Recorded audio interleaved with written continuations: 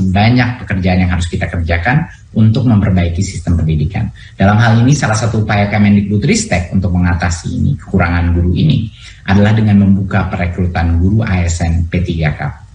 Paling tidak terdapat 3 tantangan yang coba kami tangani melalui program ini. Pertama, perubahan status dari honorer ke ASN P3K akan membawa jaminan kesejahteraan ekonomi bagi guru yang meliputi gaji dan tunjangan profesi. Kedua, perubahan status akan memungkinkan lebih banyak guru mengikuti program-program peningkatan kompetensi dan sertifikasi. Peningkatan kompetensi ini sangat penting untuk jaminan ekonomi dan karir jangka panjang guru, serta kualitas pengajaran yang diterima oleh pelajar Indonesia. Ketiga, program guru ASN P3K juga menjadi alternatif rekrutmen. Berdasarkan Dapodik 2020, 59% guru honorer di sekolah negeri telah berusia lebih dari 35 tahun, sehingga tidak bisa lagi mengikuti ujian seleksi CPNS. Adanya program ini membantu Bapak Ibu guru honorer yang telah mengabdi di sekolahnya selama bertahun-tahun dan sudah melewati batas usia persyaratan ujian seleksi CPNS. Sebagai upaya merealisasikan 1 juta guru ASN P3K, Kemendikbudristek berkoordinasi dengan sejumlah kementerian dan lembaga terkait, meliputi Kementerian Pendayagunaan Aparatur Negara dan Reformasi Birokrasi, Kementerian Keuangan, Kementerian Dalam Negeri, dan Badan Kepegawaian Nasional, serta pemerintah daerah. Berkat kolaborasi tersebut, Kemenpan RB telah mengumumkan kebutuhan formasi CASN guru P3K melalui terbitnya Permenpan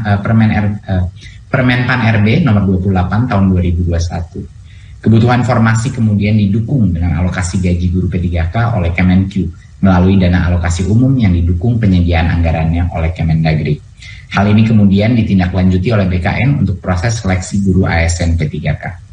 Sementara itu, koordinasi antara pemerintah pusat dengan daerah diwakili oleh Dinas Pendidikan Provinsi dan Kabupaten Kota serta Badan Kepegawaian Daerah. Ibu dan Bapak peserta Rakornas yang saya hormati, pengumuman formasi dan pendaftaran pengadaan P3K untuk jabatan fungsional guru pada instansi daerah akan segera dibuka di akhir Juni atau awal Juli 2021. Pendaftaran terbuka selama 1 bulan bagi guru honorer di sekolah negeri, guru non-PNS di sekolah swasta, pegawai honor K2, dan lulusan pendidikan guru yang memiliki sertifikat pendidik. Kemudian, sebagai upaya untuk memberikan kesempatan dan dukungan sebesar-besarnya kepada CASN guru di seluruh Indonesia, ujian seleksi akan dilakukan sebanyak 3 kali, yakni di bulan Agustus, Oktober, dan Desember, sehingga pendaftar memiliki 3 kali kesempatan untuk mencoba.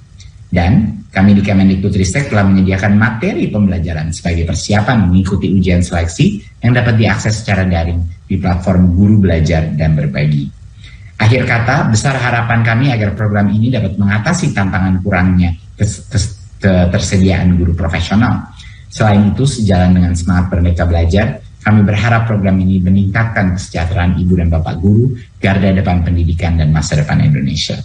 Oleh karena itu, kerjasama dan kolaborasi antar kementerian dan lembaga yang telah terjalin ini perlu terus kita perkuat. Mari serentak bergerak mewujudkan Merdeka Belajar untuk Indonesia maju. Terima kasih. Wassalamualaikum warahmatullahi wabarakatuh. Om Shanti Shanti Shanti Om.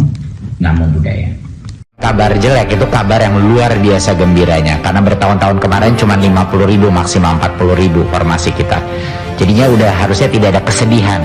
Untuk GTK honorer, Mas Menteri, dari 1 juta hanya 580.000 saja yang bisa didaftar, karena dari peta permasalahan yang mencuat pada saat pembahasan di Panja, sebagian karena disinfo yang diterima oleh pemerintah kabupaten kota tentang penganggaran. Mereka khawatir, ya, walaupun sekarang sudah terjawab, mereka tidak lagi khawatir, tetapi dalam tahapannya sudah too late. Maka kita berharap pada bulan Agustus nanti dapat dibuka kembali kabupaten kota yang sudah tercerahkan bahwa ternyata tenaga P3 yang akan diangkat itu nanti tidak akan mengganggu APBD mereka, dapat mengusulkan kembali jumlah tenaga honorer yang akan dimintakan menjadi tenaga P3K. Kemudian yang kedua, Mas Menteri, tentang guru honorer, masih ada beberapa formasi guru yang tidak ada, yang padahal gurunya itu existing ada, yaitu guru-guru bahasa daerah, guru olahraga, guru kesenian dan kebudayaan, dan berbagai hal yang nanti secara resmi akan kami kirimkan suratnya dari Komisi 10 tentunya melalui pimpinan DPR kepada Kemendikbud. Formasi apa saja yang existing gurunya itu honorer ada, tetapi tidak ada di dalam proses pendaftaran. Yang terakhir, Mas Menteri, mutu dari pendidikan tentu harus dijaga. Artinya para guru honorer yang 3 kali berturut-turut kemudian tetap gagal, tidak bisa lulus tes, kami berharap bisa dibuatkan formasi tenaga pendidik. Jadi tidak mengajar, tetapi mereka tetap berada di sekolah untuk mengabdikan diri kepada para murid dan guru. Saya kira demikian. Terima kasih Pak Ketua. Waktu saya kembalikan. Saya sangat setuju tadi mengenai bahwa TIK itu harus diprioritaskan dan tidak boleh dikorbankan untuk tahun ke depan. Ini bukan hanya karena pandemi, karena itu adalah basis daripada pemerataan informasi dan akses untuk daerah manapun.